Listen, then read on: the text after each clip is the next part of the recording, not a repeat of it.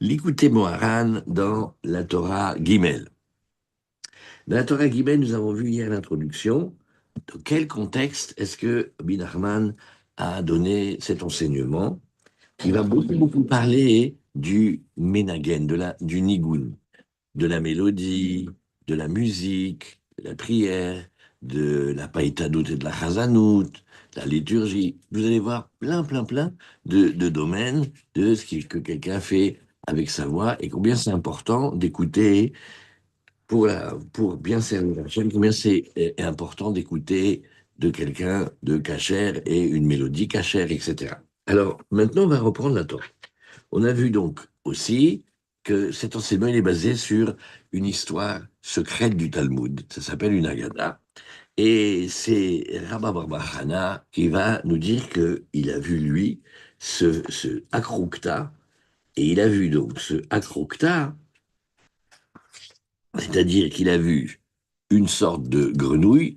Et petit à petit, vous allez voir que cette grenouille, en fait, c'est un code secret. Et elle s'appelle Tzfardea. Et elle s'appelle le Tzipor Dea, elle s'appelle l'oiseau d'en haut. Un oiseau qui chante d'en haut. Et il a dit, tu sais, je l'ai vu moi. C'est-à-dire qu'il a eu accès à ce que c'est l'oiseau d'en haut, la racine de la racine des mélodies. Et il était grand.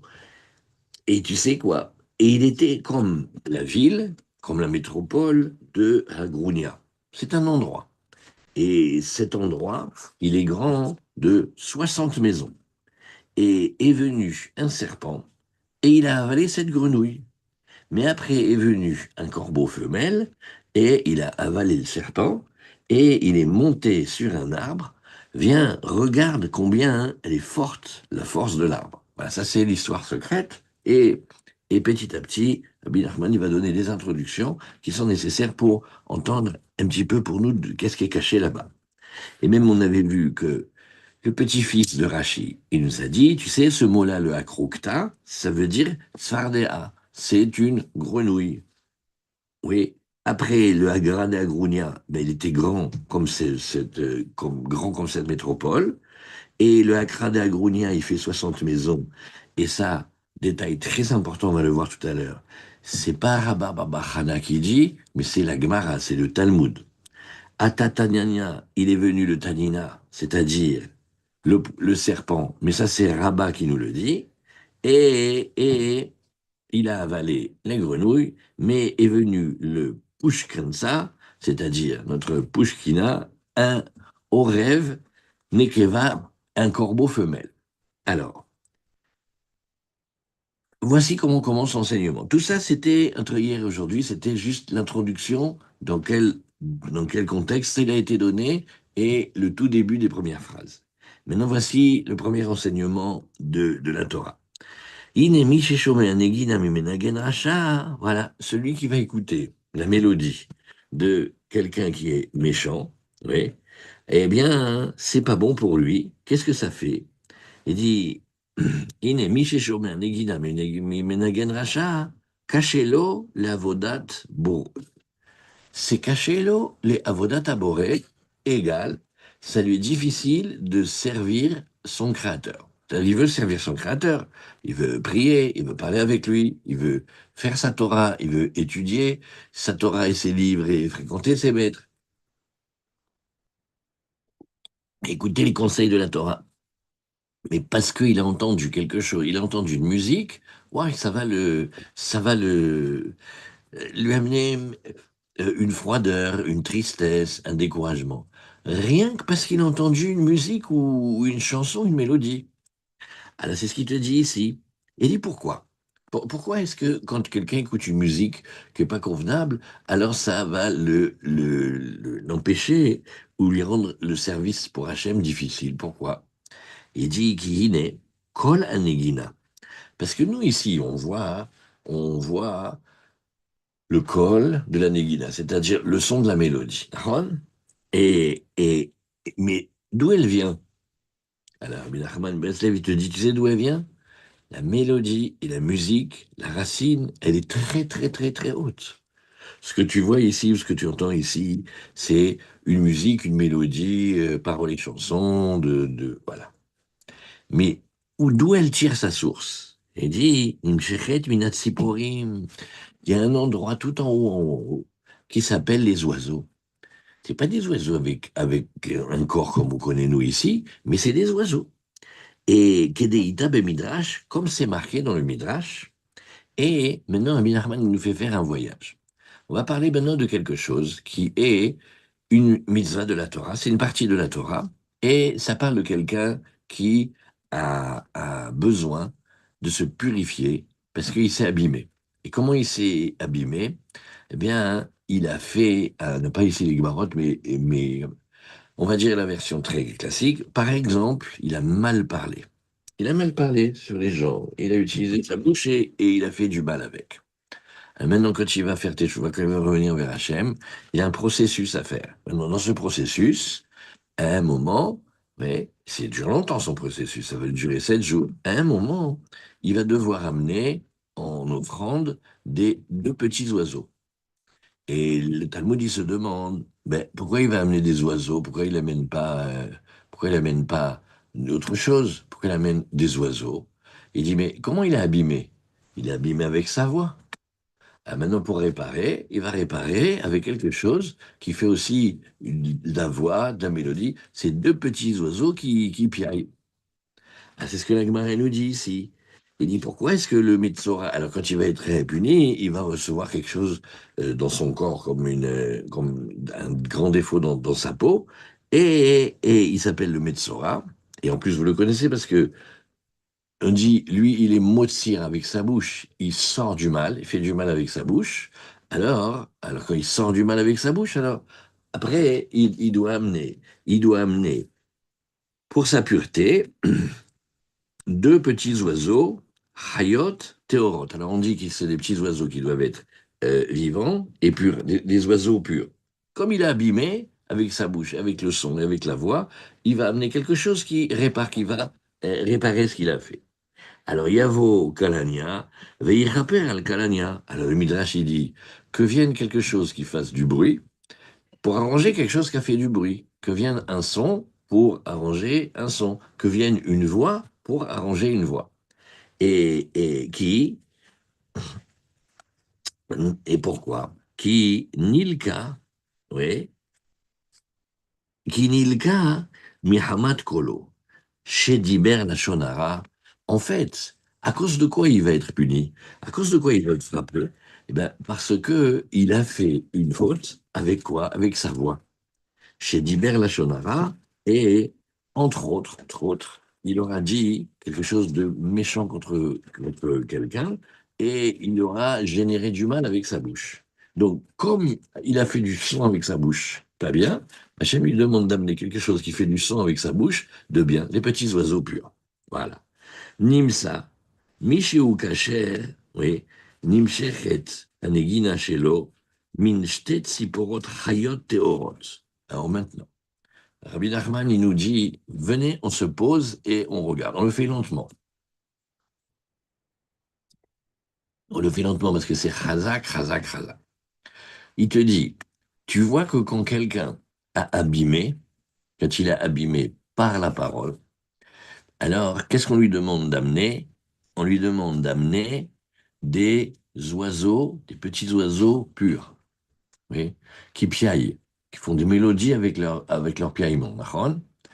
Donc, tu vois de là que celui qui est un chanteur, oui, ou un interprète ou un musicien cachère, c'est-à-dire convenable, lui, on voit que sa négina, sa mélodie, elle vient des deux petits oiseaux purs cachères. Vous voyez comment il a fait? On refait? On dit. Nabil Arman, il dit une phrase. C'est une phrase vraie qu'on applique dans notre vie. On n'écoute pas la musique de n'importe qui, il faut faire attention. Voilà, il nous a appris une chose. Il dit pourquoi? Parce que ça abîme. Qu'est-ce que ça abîme? Ça abîme la Vodat Hashem. Ça abîme comment servir Hashem. Ça abîme, ça met de la nostalgie dans le cœur. Ça abîme. Ça met de la tristesse ou ça réveille des choses qu'il ne faut pas réveiller. Bref, ça bousille. Et pourquoi? Il dit, mais parce que la mélodie, ça vient de très, très, très, très haut. La mélodie, ça vient d'un endroit en haut qui s'appelle les siporim, les oiseaux. Maintenant, il y a deux origines. Il y a une du côté de la pureté et une du côté de l'impureté. Et une du côté de la pureté et une du côté de l'impureté, et il va te montrer pourquoi.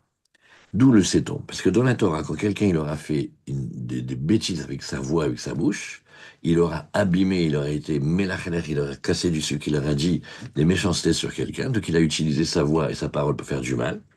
Alors maintenant, quand il vient revenir vers Hachem, on lui dit alors toi, ce que tu vas faire pour arranger, c'est que tu vas amener des petits oiseaux purs qui ont une voix et des sonorités de piaillement. Et le Midrash, il dit, ben oui, lui, il est abîmé avec la voix. Maintenant, pour réparer, il faut qu'il répare avec la voix. Lui, il est abîmé avec sa voix. Il va réparer maintenant avec des petits oiseaux purs. Et de là, Rabbi Nachman te dit, donc tu vois, celui qui dit des méchantes choses, en fait, il a été chercher des oiseaux impurs. Il s'est attaché à une source d'impureté. Mais quand il vient pour revenir, il va s'attacher à une source de pureté. Donc celui qui chante et qui est quelqu'un de cachère, de bien, de pur, de droit avec Hachem, alors sa mélodie, elle vient des oiseaux de pureté qui est très très très haut dans les monts. Voilà. Mais ce passage-là, il est extra, parce que c'est le début, et, et lui, voilà.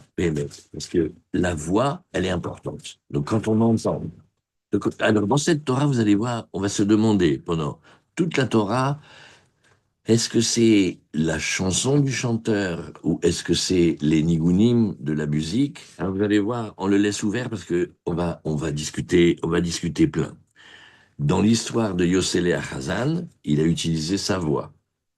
On nous rappelle comment on a commencé l'histoire.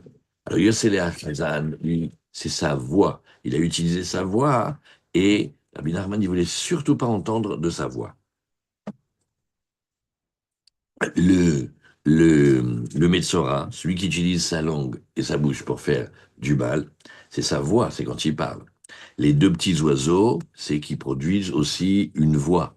Donc, au départ, on va dire c'est le chanteur, mais après, vous allez voir qu'on peut étendre à aussi la musique, les compositeurs et plus, mais ça, c'est vers la fin du travail. Alors, voilà ce qu'il y a marqué ici. Et c'est mal. Alors voilà, maintenant qu'on a vu la source de la mélodie, la source de la chanson, elle est très très élevée. Donc maintenant, et Katoub Zohar, maintenant qu'on continue un petit peu, c'est marqué dans le Zohar, Tsiporim, tu sais, qui sont-ils ces Tsiporim? Parce qu'en fait, ils viennent de très très très très haut. Dans l'image qu'on nous dit, c'est les oiseaux. Mais d'où viennent-ils? Alors il dit, ils viennent de la sphira de Malchut. Les mondes, ils viennent de la sphira de la royauté, la Malchut. Yonkin, miatar de Nevi'im Yonkin. Eh ben eux, ils tirent leur vitalité, leur force de l'endroit d'où les prophètes juifs, ils tirent leur prophétie.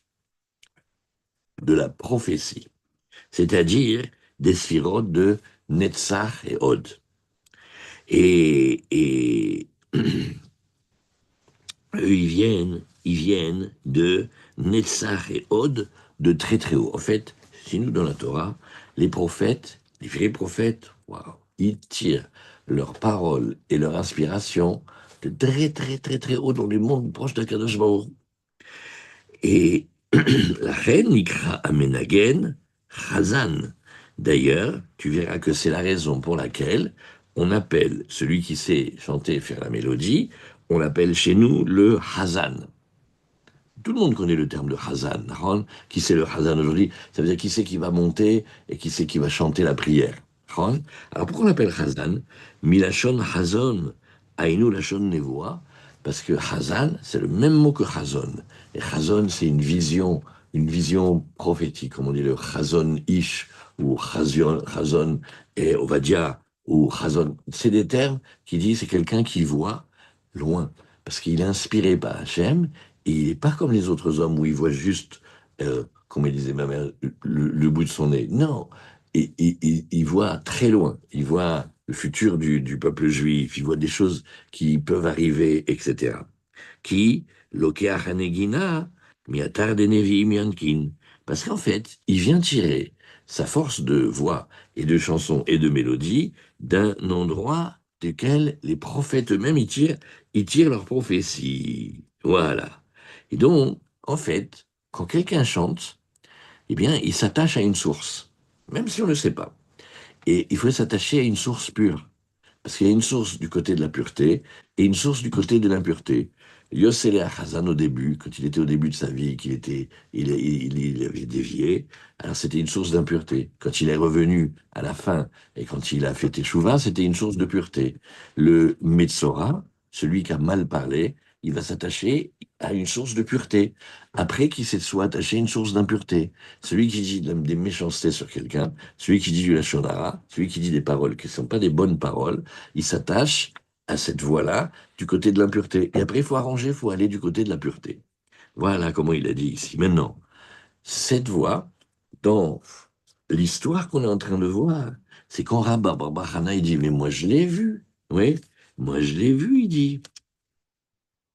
Il dit, les Didi Chazeli Akrukta. Et Akrukta, c'est, mais moi je l'ai vu.